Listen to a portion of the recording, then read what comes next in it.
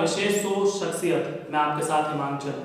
जैसा हम जानते हैं कि हम अपने इस खास शो शख्सियत पर आपकी मुलाकात कराते हैं कुछ प्रसिद्ध शख्सियतों से। ठीक उसी क्रम में आज हमारे साथ जो शख्सियत मौजूद हैं वो भाजपा के पुरोधा कहे जाने वाले डॉक्टर मुरली मनोहर जोशी जी के पीएस यानी प्रिंसिपल सेक्रेटरी, और इस समय वर्तमान में विधायक हैं वो चित्रकूट यानी भगवान श्री राम की नगरी से, साथ ही उत्तर प्रदेश के सबसे महत्वपूर्ण महकमे पीडब्ल्यूडी जैसे विशेष विभाग के राज्य मंत्री भी हैं। आपको बता दें ये कोई और नहीं बल्कि चंद्रिका प्रसाद उपाध्याय जी हैं। सर आपका बहुत बहुत अभिनंदन। सर ऐसा क्या कारण रहा कि आपने अपने रिटायरमेंट के बाद, जैसा आप पहले सीडीओ रहे हैं, तो आपने राजनीति में अपना कदम क्यों रखा सर? राजनीति सेवा का सबसे सरल माध्यम है जी। और भारतवर्ष में और पूरे विश्व में जो लोकतांत्रिक पद्धति है, लोकतांत्रिक पद्धति में जनप्रतिनिधि सारी योजनाओं के संबंध में निर्णय लेते हैं और देश का और प्रदेश का या स्थानीय प्रशासन शासन कैसे चलेगा उन्हीं के द्वारा नियम कानून बनाए जाते हैं और जन कल्याण की भी सारी योजनाओं का निर्माण उन्हीं के द्वारा किया जाता है। तो यदि हमें अपने क्षेत्र में, जैसे मैं चित्रकूट जिले का रहने वाला हूँ और चित्रकूट जिला हमारा विकास के मामले में काफी पिछड़ा हुआ था, तो मेरा यह प्रयास था कि इस जिले को भी हम विकास के नक्शे में आगे लाएं। इस कारण से मैं राजनीति में आया। और दूसरा, उस समय जब मैं सेवानिवृत्त होकर के आया था तो यहाँ करीब 12-13 साल से पानी नहीं बरस रहा था, भीषण अकाल था, किसानों की फसलें नहीं पैदा होती थी, जानवर लोगों ने न कर दिया था, नदियाँ सूख गई थी। तो मुझे लगा कि इनको मुआवजे के लिए, इनके बीमा के लिए सरकार से इनको जो सुविधाएं मिलना चाहिए, इसके लिए सरकार के साथ बात करना चाहिए। और बात करते करते वो फिर आंदोलन में बदल गया। सरकार ने बाद में, प्रदेश केंद्र सरकार ने वो मुआवजा भी बढ़ाया और उनको बीमा का भी पैसा मिला। ये तमाम मेरे आंदोलन में शुरुआती कारण थे। सर जैसा आपने बताया कि आपने रिटायरमेंट होने के बाद आपने आंदोलन किए किसानों के लिए बहुत हद तक लड़ाइयाँ लड़ी। आप खुद ऑलरेडी सिस्टम में रह चुके हैं, सिस्टम में काम किया है, किस तरीके से करना है, सब व्यवस्थाओं को आप अच्छी भली भांति समझते हैं। इसके बाद आपने चुनाव लड़ा, चुनाव जीते भी, विधायक बने। इसी के साथ आपको प्रदेश सरकार में बहुत महत्वपूर्ण जो जिम्मेदारी है वो भी दी गई। तो आपने इस जिम्मेदारी को किस हद तक बीते 3.5 वर्षों में अदा किया है? आपने बिल्कुल ठीक पूछा कि राजनीतिक जीवन में जनप्रतिनिधि बनना और जनप्रतिनिधि बनने के बाद अगर मंत्री पद का दायित्व मिले तो वो निश्चित रूप से काम करने में बड़ी सुविधा होती है। मुझे कामतानाथ जी महाराज की कृपा से, गुरु महाराज की कृपा से मंत्री पद दिया। माननीय योगी आदित्यनाथ जी ने, मुख्यमंत्री जी ने, उनकी बड़ी कृपा रही और उन्होंने मुझे इस योग में समझाया कि मैं इस पद के दायित्व का निर्वहन कर सकता हूँ। उसके बाद उन्होंने मुझे पीडब्ल्यूडी जैसा बहुत महत्वपूर्ण विभाग दिया। वो ये जानते थे कि बुंदेलखंड में सड़कें कम हैं, बुंदेलखंड में नदियों में पुल कम है और हमारा जो विकास है उसमें बुंदेलखंड काफी पीछे है। तो बुंदेलखंड को विकास के मानचित्र में आगे ले जाने के लिए उन्होंने मुझे पीडब्ल्यूडी जैसा विभाग दिया। और आप देखते होंगे भैया, मतलब आप महोबा से आए होंगे तो आपने देखा होगा कि मार्ग जो मिला होगा आपको अच्छा मिला होगा। इसी प्रकार से मैं बुंदेलखंड के 6 जिले घूम चुका हूँ, ललितपुर छोड़ करके। बाकी 6 जिलों में मैंने देखा है। अभी मैं महाराज खेत सिंह खंगार का जो जन्मदिन मनाया जाता है उसमें गया था 4 दिन पहले। तो मैंने यहाँ से बांदा, महोबा से जालौन से फिर झांसी होकर के और पूरा यहाँ लौटा हूँ। करीब 6 जिले उसमें पड़ते हैं, हमीरपुर में पड़ता है राष्ट्र के बाद। तो मैंने देखा कि रोड के मामले में बुंदेलखंड का बहुत विकास हुआ है, सारी रोडें बन रही हैं। और अभी भी हमारी सरकार का एक प्रयास है 1 साल के अंदर हम सारी रोडों को बना दें।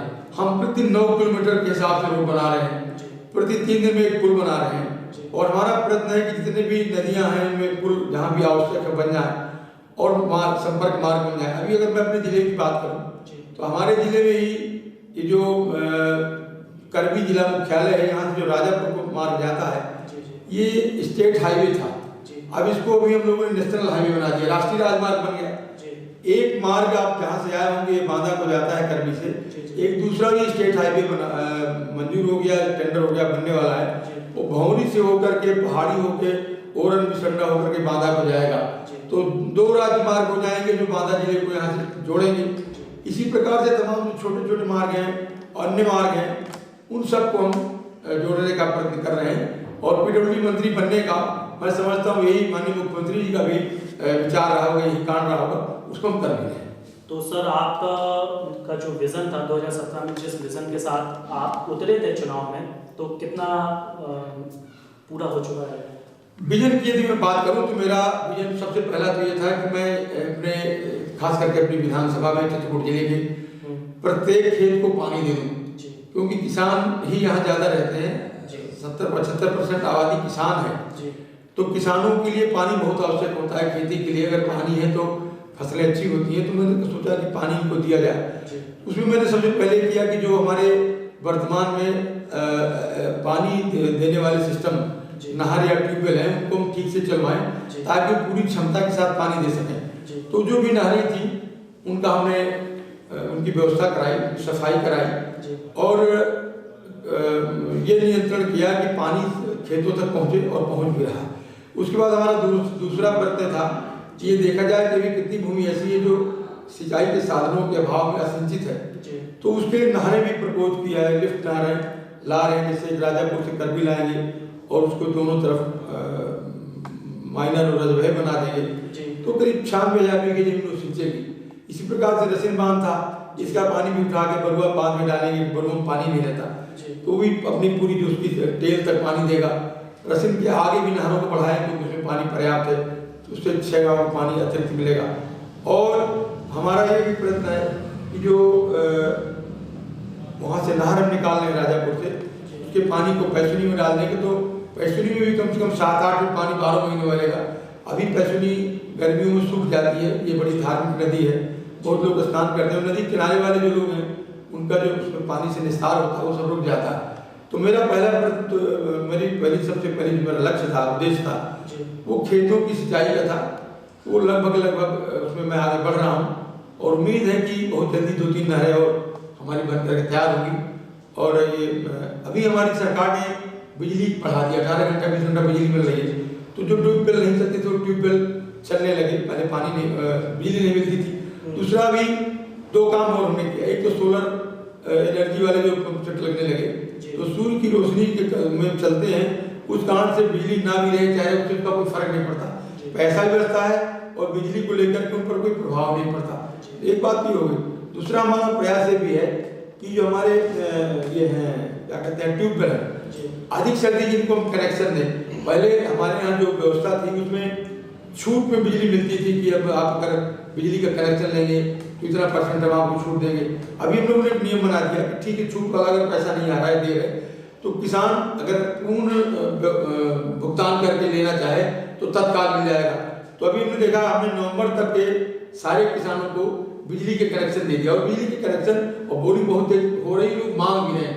तो मैं समझता हूँ कि काफ़ी कुछ अपने निजी स्रोतों से भी सिंचाई की व्यवस्था कर लेंगे, कुछ हम सरकारी से व्यवस्था कर रहे हैं। तो मेरा इस बारे में विचार ये है कि बहुत थोड़े समय में हम चित्रकूट की सारी भूमि को खेतियों से सिंचित कर देंगे। सर, आप जिस तरीके से पानी के लिए काम कर रहे हैं उसी क्रम में मैं आपसे जानना चाहता हूँ कि शिक्षा और मेडिकल हेल्थ इश्यूज एक बहुत बड़ा, पानी के साथ साथ ये दोनों मुद्दे भी बहुत बड़े मुद्दे माने जाते हैं बुंदेलखंड के। इनमें किस तरीके के लिए सरकार अपना क्या नाम कहती है समस्याओं को निवारण करने की कोशिश कर रही है? जहाँ तक शिक्षा का सवाल है, अभी आपने देखा कि हमारे 1,35,000 शिक्षकों की भर्ती अभी हुई और अभी और भी जो जगह होगी और उसके पूर्व में भी हमने किया था, तो लगभग 1,40,000 शिक्षक हमने भर्ती किए। तो पहले तो शिक्षकों की कमी को दूर किया, आज हर जगह हमारे शिक्षक हैं और शिक्षकों की अब जो कमी है केवल 10% है, 90% शिक्षक विद्यालयों में तैनात कर दिए गए। जो हमारे विद्यालयों में जो भवन थे बड़े जर्जर थे, उनकी सफाई नहीं थी, उनमें व्यवस्था अच्छी नहीं थी, उनमें शौचालय नहीं था, उसमें पीने का पानी नहीं था। हर विद्यालय में हम लोगों ने शौचालय बना दिया, पीने का पानी दे दिया और भवनों को सुधार दिया, उनमें हमने जो ये बढ़िया सा उनके फर्श बना दिए, भवन बना दिए, खुदाई कर दिया, रंगाई कर दिया, और विद्यालय देकर के आप जैसे कॉन्वेंट विद्यालय उस प्रकार का विद्यालय आपको लगेगा। दूसरा, बच्चों के ड्रेस में हम सुधार किया, उनको जूता है, मोजा है, स्वेटर है, पैंट है, शर्ट है, बस्ता है, कापी है, किताब है, दोपहर का भोजन है, फीस माफ है, ये सारी व्यवस्थाएं करके, भवनों को सुधार करके, अध्यापक दे करके हमने शिक्षा व्यवस्था को सुधारने का पूरा प्रयत्न किया। इसी प्रकार से हायर एजुकेशन के लिए आपको मैं बता दूं, हमारे चित्रकूट में एक विश्वविद्यालय विकलांग विश्वविद्यालय है, एक बगल में विश्वविद्यालय जो ग्रामोदय विश्वविद्यालय थी कहने को मध्य प्रदेश में, लेकिन हमारे बॉर्डर में है, तो दो विश्वविद्यालय हमारे पास हैं। इसके अलावा गवर्नमेंट के डिग्री कॉलेज हैं, प्राइवेट डिग्री कॉलेज हैं। शिक्षा की व्यवस्था हम करें, और मैं चाहता भी हूँ, ये मेरा आपने बहुत अच्छा प्रश्न उठाया है कि सिंचाई व्यवस्था के बाद हम इसको एजुकेशनल हब बनाएं, पढ़ाई लिखाई का केंद्र बने। तो अभी भी संस्कृत का विश्वविद्यालय भी बनाने की हम कोशिश कर रहे हैं, और संस्कृत विश्वविद्यालय में आयुर्वेदिक फैकल्टी बनाएंगे, और आयुर्वेदिक फैकल्टी जब होगी तो यहाँ जो जड़ी बूटियाँ बहुत होती हैं पर्वतों में भी, तो वो खरीदेंगे, उससे दवा बनाएंगे, किसान भी बोएगा, तो किसानों की आर्थिक व्यवस्था भी सुधरेगी, और हमारे देश के निवासियों को जो शुद्ध जड़ी बूटियों से निर्मित दवाएं मिलेंगी, तो जब उनके स्वास्थ्य में भी सुधार होगा। तो स्वास्थ्य को लेकर, शिक्षा को लेकर के हमारे प्रयत्न हैं। इसी प्रकार से मेडिकल कॉलेज भी यहाँ बनाने का हम प्रयास कर रहे हैं, और मेडिकल कॉलेज को इछवारा के पास जमीन भी देखी गई है, जल्दी जमीन मिल जाएगी तो मेडिकल कॉलेज का भी निर्माण होगा। तो सर, कुल मिला के योगी सरकार में जो बुंदेलखंड में विकास की गति काफी लंबे अरसे से रुकी हुई थी, तो अब उनमें गति मिलने की उम्मीद जग रही है। बिल्कुल ठीक कहा आपने। योगी जी महाराज स्वयं संत हैं, और भगवान राम यहाँ चित्रकूट में चूंकि 11.5 साल रहे थे, अब तक कुछ 6 बार यहाँ आ चुके हैं, और 2 परिक्रमा लगा चुके हैं, फिर आने वाले हैं। तो चित्रकूट में उनकी विशेष कृपा, और साथ ही पूरे बुंदेलखंड में उनकी बड़ी कृपा है। मुझसे उन्होंने कहा था, जब मंत्री बनाया तो मुझसे उन्होंने कहा था पूरा बुंदेलखंड देखो, इसीलिए मैं बुंदेलखंड देखता भी हूँ, आयोजनों में भी और कार्यक्रमों में। मैं यदि आपको बताऊँ, हमारे जमुना जी बहती हैं, आपको पता है कि कालपी के पास से, और बल्कि पहले से जमुना जी जगमोहनपुर के पास से, पचनदे के पास से प्रवेश करती है हमारे बॉर्डर में। तो जो पुल नहीं थे, जैसे में हमारे 4 पुल जमुना जी में मंजूर थे, कुछ आधे बने थे लेकिन शेष रह गए थे, उन 4 पुलों में से 3 पुलों पर काम शुरू हो गया है। यदि मैं आपको नाम बताऊं, एक अवगासी घाट का पुल है, बांदा में पड़ता है, बनने लगा। एक दादो घाट का पुल है, वो भी निर्माण शुरू हो गया है। एक और पुल है चिल्ला घाट, मरका घाट का, उसमें अभी काम शुरू नहीं हुआ, लेकिन उसकी EFC करा दिया, उसमें भी 10-15 दिन में काम शुरू हो जाएगा। एक चित्रकूट जिले में पड़ता है, जो कौशाम्बी चित्रकूट जोड़ता है, उसको मऊ महिला घाट कहते हैं, उसमें भी काम शुरू हो गया। तो 4 में 3 में काम पुलों में शुरू हो गया, एक में भी जल्दी शुरू होने वाला है। तो हमने जो बुंदेलखंड के विकास की बात है, योगी महाराज कृपा की बात है, उन्होंने पैसे दिए। अब वो कभी 30-30, 40-40 करोड़ के मंजूर हुए थे, अब वो 120 करोड़ हो गया, लेकिन हमारी सरकार ने पैसा दिया। इसी प्रकार से हमारी जो नहरें हैं, अभी जैसे ये आपके महोबा में है, कौन सहायक कहलाती है, अर्जुन सहायक नहर, उसको भी इस साल हम पूरा कर देंगे। हमारा रसेल मान था, 17 साल से बना था, लेकिन पानी बहता था, बांध को बांधते नहीं थे, उसको बनवाया गया, साल से पानी देने लगा। तो जो पुरानी परियोजनाएं हैं, चाहे नहर की, चाहे कोई है, हम सब उनको पूरा करके और विकास के पथ पर दौड़ाना चाहते हैं। सर, मेरा एक सबसे महत्वपूर्ण सवाल है बुंदेलखंड के लिए, बुंदेलखंड एकल राज्य कब तक बनेगा सर? इस संबंध में कुछ नहीं कह सकता, क्योंकि संबंध में ना तो मेरी कोई जानकारी है और न मेरा कोई काम है। सर, नए साल का आगाज हो चुका है, और इस नए साल पर किस तरीके से भाजपा सरकार काम करेगी, क्योंकि सर जो बीता साल रहा वो बहुत ही कष्टपूर्ण रहा सबके लिए, पूरे विश्व के लिए। तो ऑलरेडी जो अर्थव्यवस्थाएं हैं, सिस्टम्स हैं, वो सब डगमगा चुके हैं। तो किस तरीके से इन सिस्टम को पटरी पर लाया जाएगा? माननीय मुख्यमंत्री जी ने स्वयं कहा है कि चूंकि 1 साल तो कोरोना में चला गया, इतनी सरकार काम करती रही है, लेकिन फिर भी गति में अंतर पड़ा। हम इस एक साल में इतना तेजी से काम करेंगे कि हम पिछला काम भी पूरा कर लेंगे, और अगले काम को भी जोड़ी, कम से कम जितना काम 1 साल में होता है उसका डेढ़ा काम करेंगे, और पूरी गति से काम करेंगे। जो भी हमारे काम हमने लक्ष्य में रखे हैं, वो सारे काम 1 साल पूरा करेंगे। बहुत फास्ट स्पीड से हम काम करेंगे, और हमने शुरू भी कर दिया। सर, मोदी जी कह रहे हैं एक देश एक चुनाव, वही जगह प्रियंका गांधी जी कह रही हैं मोदी जी के इस बयान पर कि प्रधानमंत्री जी को किसान के संदर्भ में एक देश एक व्यवहार पर अमल करना चाहिए। कर तो रहे हैं। हमने जो भी कृषि कानून बनाए पूरे देश के लिए हैं। हमने अलग अलग क्षेत्रों के लिए कोई कानून नहीं बनाया। MSP लागू किया, सबके लिए किया, भंडारण में किया, सबके लिए किया, और हमने किसान को बेचने की सुविधा दिया, पूरे देश में दिया। तो सारे देश के लिए कानून बना रहे हैं। बिल्कुल हम चाहते हैं कि सारी चीजें हमने टैक्स बनाया, एक देश एक टैक्स, इसी प्रकार से हम और भी सारी चीज चाहते हैं। एक चुनाव भी चाहते हैं। तो चुनाव के समय में पता नहीं भी पक्षी क्यों चुप हो जाते हैं। अगर एक वर्ष में हम सारे चुनाव करा लें गाँव पंचायत से लेकर के और पार्लियामेंट तक के, तो शेष 4 सालों में हम काम कर सकेंगे। क्योंकि अभी आप देखा यहाँ पर MLC के चुनाव हो रहे थे तो आचार संहिता लग गई। अभी गांव पंचायतों के चुनाव आ जाएंगे 15 दिन बाद, तो फिर आचार संहिता लग जाएगा। तो आचार संहिता से काम प्रभावित होता है, नीतियां निर्णय प्रभावित होते हैं, रुक जाता है काम। इसलिए चाहा गया था कि एक साथ चुनाव हो जाए, तो चुनाव के बाद फिर 4 साल तक कोई चुनाव नहीं होंगे, कोई आचार संहिता नहीं लगेगी, तो काम होते रहेंगे। तो इसलिए कहा गया। सर, कृषि कानून की आप जैसे कह रहे हैं, अगर इस तरीके का होता तो कृषि कानून के चलते DIG हैं जो पंजाब के, और केंद्रीय मंत्री जो पूर्व केंद्रीय मंत्री रही हैं हरसिमरत कौर जी, राजनीति एक ऐसा विषय है कि हम कहते कुछ है मतलब कुछ होता है। तो आप समझिए कि तो सब राजनीति, उनको लगता है कि किसान वहाँ पंजाब के किसान, क्योंकि अमरिंदर सिंह ने भड़काया उनको, कांग्रेस का वो प्रधान मुख्यमंत्री है, तो अकाली दल को लगता है कि हम कहीं पीछे न रह जाए, तो भी आ गया।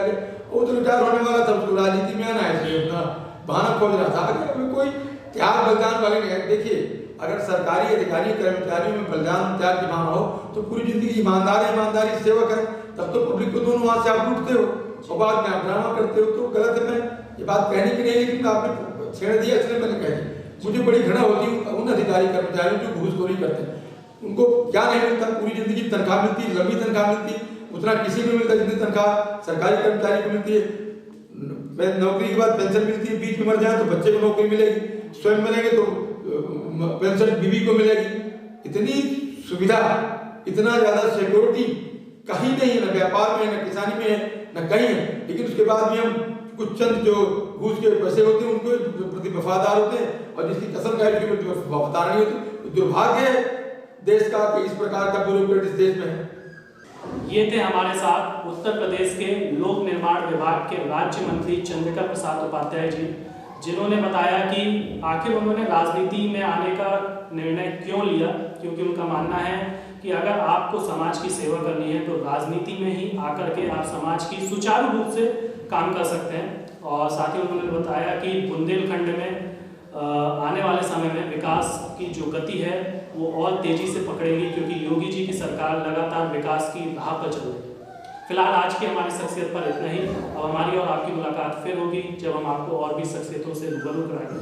तब तक के लिए आप स्वस्थ रहें, सुरक्षित रहें। धन्यवाद।